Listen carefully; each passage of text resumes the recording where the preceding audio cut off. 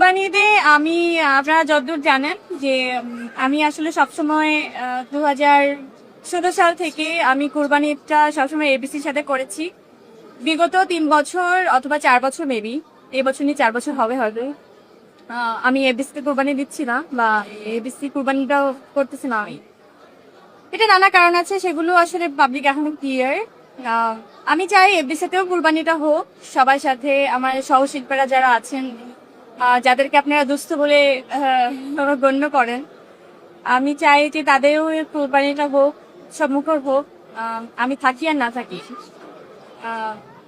আর আমি যেহেতু আমার নানু ভাই নেই, নানু ভাই চলে গেছেন, আমার মনে হয় নানু ভাই সবসময় চাইতো আমি বাড়ি গিয়ে আসি ঈদটা করি কুরবানির সাথে, আমি বাবাকে তুলি, আমি নিজে থাকতে সবাইকে কুরবানির মাংসটা দিয়ে দেই।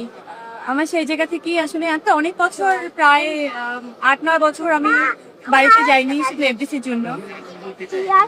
আমার মনে হয় এফডিসির দায়িত্বটা অন্য কেউ নিয়েছিল বলেই আমি আসলে ওই দায়িত্বটা আমার মনে হয় হ্যান্ড ওভার করে দিতে পেরেছি, এন্ড দেন আমি বাড়ি যাওয়া শুরু করেছিলাম। যাই হোক, আমি জানি না কতটুকু কোনটা কিভাবে আমি সুন্দর করে বানছি, কিন্তু আমি চেষ্টা করছি।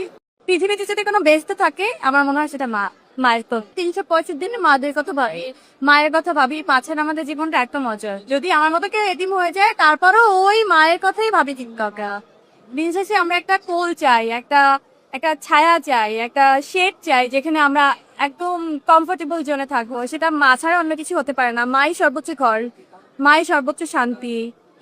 আমার মনে হয় মায়ের উপরে কিছু নাই। পৃথিবীতে যদি কোনো বেস্ট থাকে আমার মনে হয় সেটা মায়ের তো। আমি ডেফিনেটলি আমি মুখিয়ে থাকি কখন একটা ভালো কাজ করব, কিন্তু এমন তাড়ান আমার নেই যে কাজ করতে হবে বলেই আমি পর্দায় ফিরছি।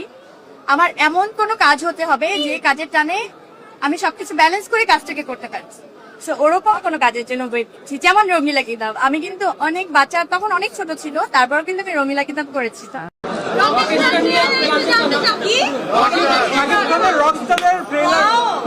জোরে বলতে হবে, রকস্টারের মতো হতে হবে। আমার মনে হয় এটা ব্লাস্ট করবে। আপনার কেমন লেগেছে? তাই তো হয় না? আপনার কেমন লেগেছে? আমি ইমপ্রেসড। ওকে ওকে ওকে ওকে। একটা গ্রুপ ছবি হয়েছে ওনাদের।